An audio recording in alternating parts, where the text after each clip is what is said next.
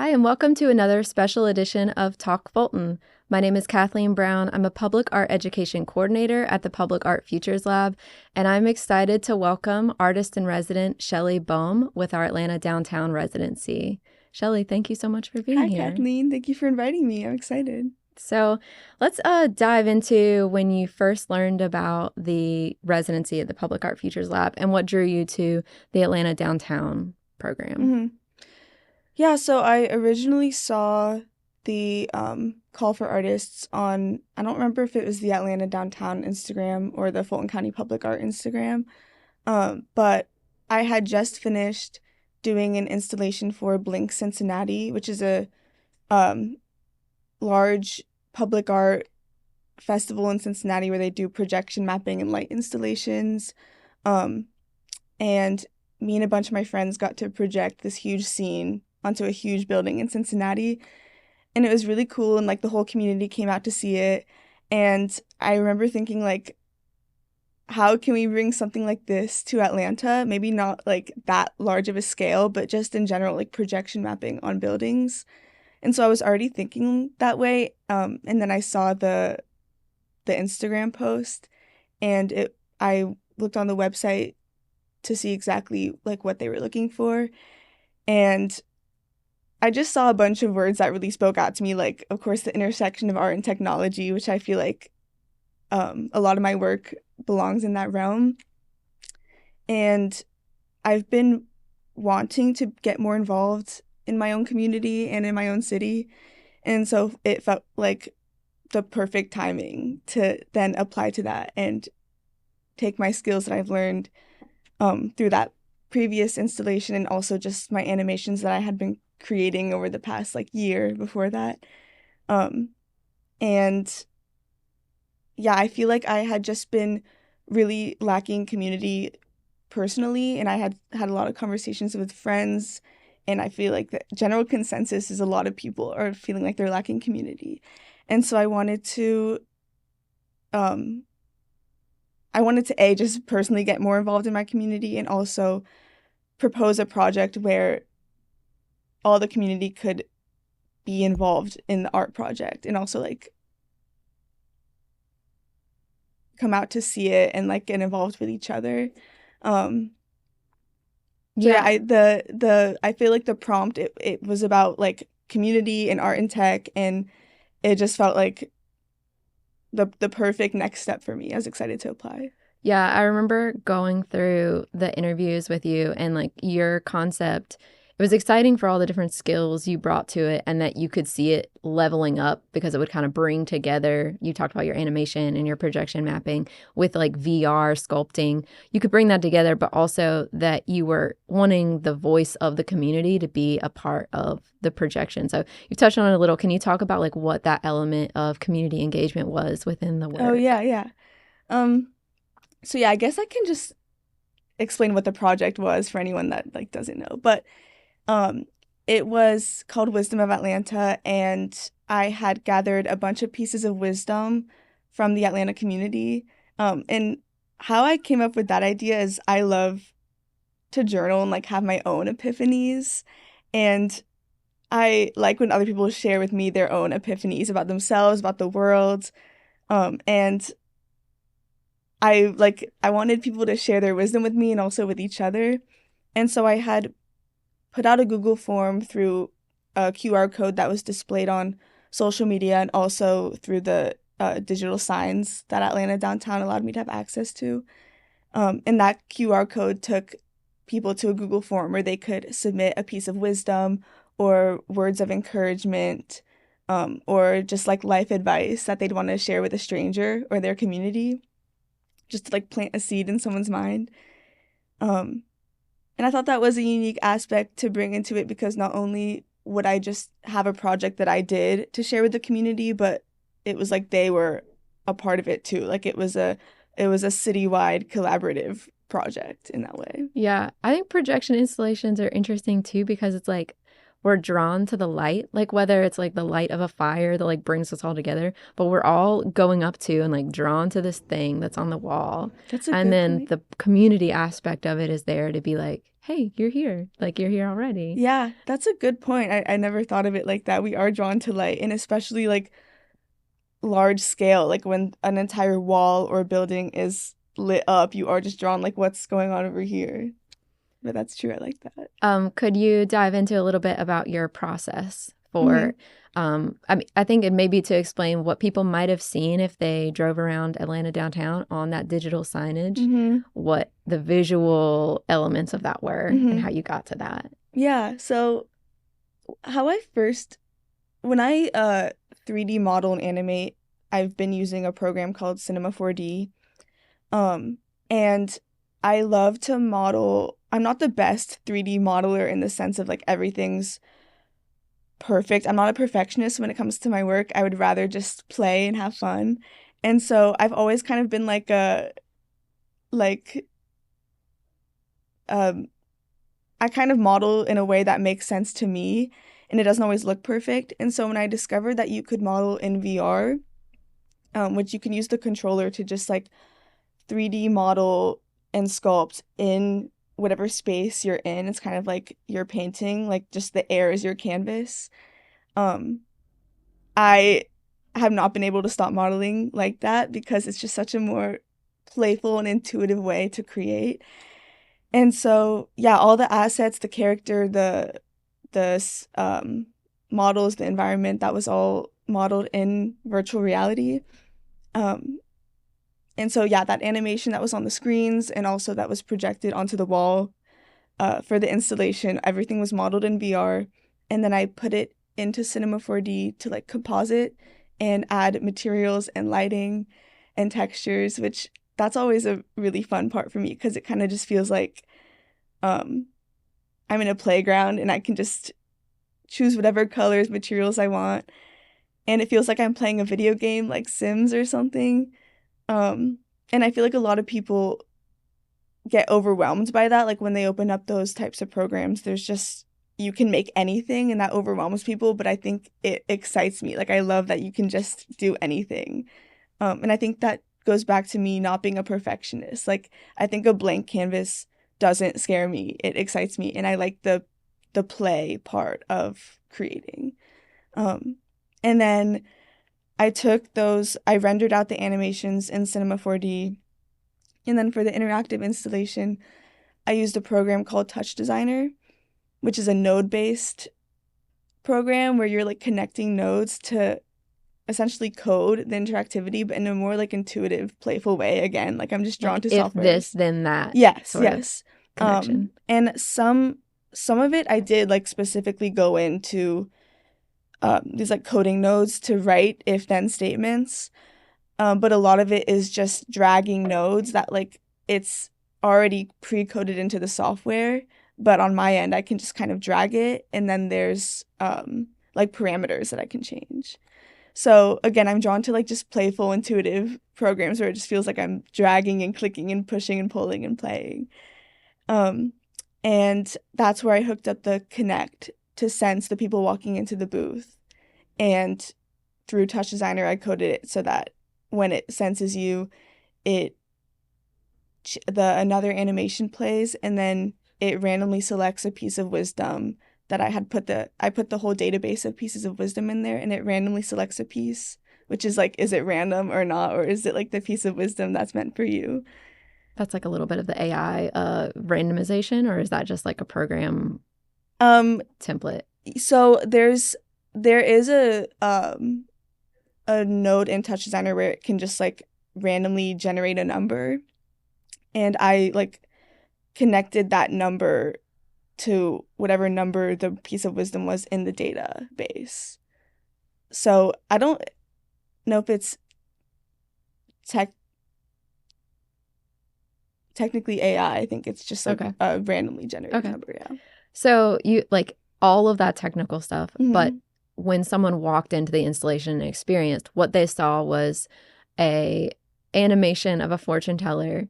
We told them, go into the booth, receive your wisdom. Hmm. And then they sat down and were magically like detected by raising their hands. I Hmm. just love how there's like so much mystery behind what actually went into building and what's going on in terms of like detecting the human form, pulling up wisdom.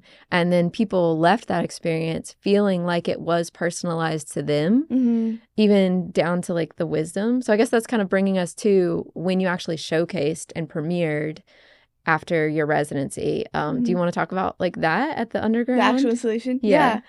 Yeah, I think that was the other aspect that I liked, that what was going on was all unknown and magical, because it did fit in with the theme of like this Zoltar magical world that's already being displayed in front of you, and that the actual experience itself is magical too, because you're just receiving this random magical piece of wisdom and it randomly sensed you. And I had so much fun at the installation. What's like the couple hours leading up to it were very stressful, because there was like everything that could go wrong did go wrong when we were setting up. Like some of my nodes in my program stopped working, and then another interactive part that I had implemented was I connected a MIDI Novation keyboard so that when you press the buttons, the colors on the wall change, like the hues of the animation change. Just because I love like when you're able to press buttons and like change. That's like another part of you can change and interact with what you're seeing on the wall by like choosing your own adventure. Like pressing buttons.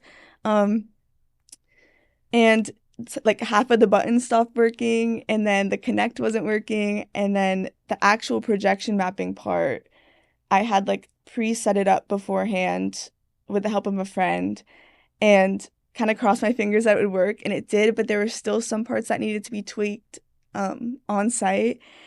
And so that like intensity, it was kind of fun though. It was like an adrenaline rush, and like it was so rewarding when like I think it was like right before 8, it was all set up, and I had looked up and the booth was all set up, like a bunch of my friends had come with decorations, and yeah, it was fun. It was really fun to like watch people go in and watch different people's reactions to the wisdom, and some people like really felt like it was meant for them, which I thought was cool, and that's exactly what I wanted to come out of it. Cool. Yeah, magical night. And some of the partners who helped you, so Lightscape Technologies, Lightscape Lighting, you actually found them. Like I definitely consider that partnership to be like one of those like career evolvement things that we love to see when we have like artists in residence. Yeah, no, that was it's funny because that's like the meta part of my project, which is that the whole point was that we lack community, and I wanted people to like see pieces of wisdom, to know that their community is around them, and like love and support is around you. And I had met Lightscape equipment guys through a fashion show at the supermarket. They were doing projection mapping stuff at the fashion show, and I had ended up talking to the people at the supermarket and being like, who were they? Like, can I meet them? So I DM'd Nate from Lightscape, and I was like, I would love to work with you guys. I'm doing a project with Atlanta Downtown. And that relationship kind of really formed organically by just like seeing them in the wild and reaching out, and like not being afraid to meet people from your community and ask for help. I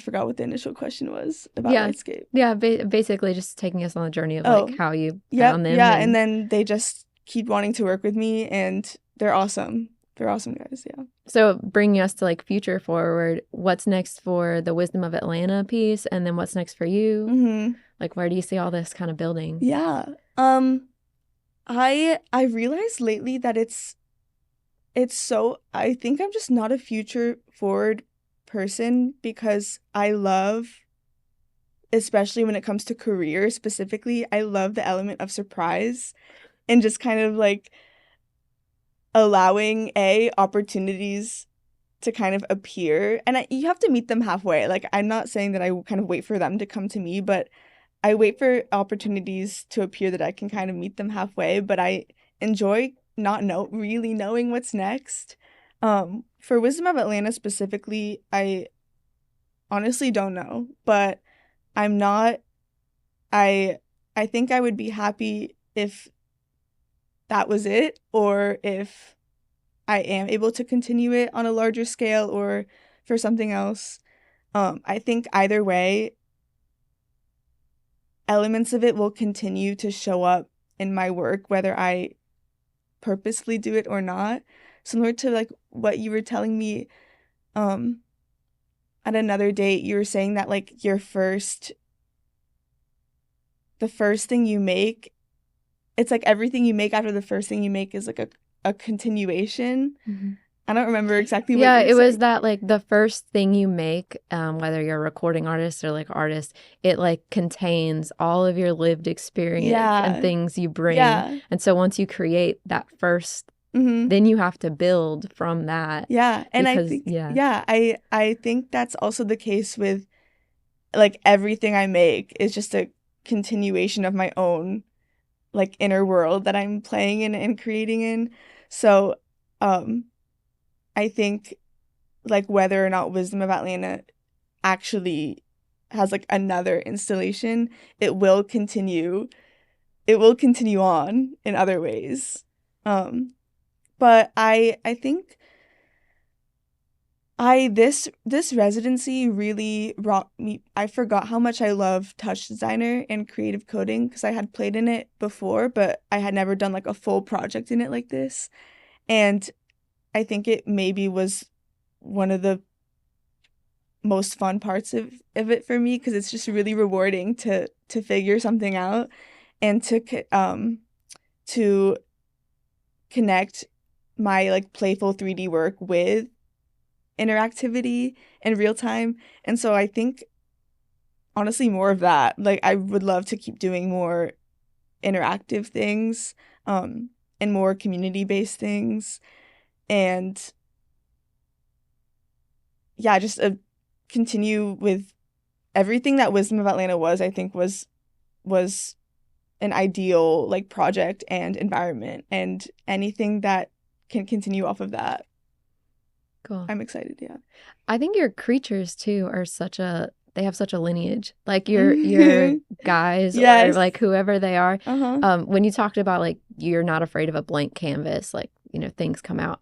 I couldn't help but think I was like, oh, because like your guys are with you. Like your style is so Yeah. specific. Could you Mm-hmm. talk about like where those figures, creatures came Mm-hmm. from? Or They do you come from know? the ether. I don't know. Like I think they just come out when I play and um I think that's why I enjoy that blank canvas and part of it because it's in a way like learning about myself and I feel like very recently I started calling myself an artist and regarding myself an artist and I think we all are, but actively practicing it um and I think it's fun for me to like see what style naturally comes out because the more you do something, your style just naturally forms. And I think that's honestly it's fun for me to see like what creature is gonna come out today when I like just start playing around. Um, I think also like I'm just inspired by cartoons and claymation like Wallace and Gromit. So I think those inspirations definitely naturally come out in my characters as well. But other than that, I'm not normally not looking at a specific reference when I'm making little guys. I just start playing and I just like exaggerated features and silliness. Awesome. Mm-hmm. What advice would you give to an artist who may be interested in a Futures Lab residency? Mm-hmm. Like, was there anything you're like, oh, I wish I had known this, or take advantage of this specifically? Mm-hmm. Um, I definitely think like I mean when I applied, it's not like I knew nothing. Like I have experience doing animation and some interactivity, but really not a lot. I think that was the big thing that I really learned. But don't be afraid to, if you have an idea, but you don't know exactly how you would do it, just apply, because I think you can figure it out, and to not be afraid to reach out and ask for help. I had never done projection mapping on my own. I had done a previous installation, but I'm typically just given the mask and I just design, and someone else deals with the projectors and the mapping. But I'm interested in it, and I wanted to do just a whole projection mapping project myself. So I proposed that idea, even though I didn't really fully have experience doing the mapping part, but with the faith that like I'll figure it out. And if I can't, there's people around me that I can reach out to for help and support. So I think it's just like, you don't have to know exactly how you're going to do something. Just like start the project. And You just, have to be curious. yeah, you have to be curious. It definitely starts with curiosity. Awesome.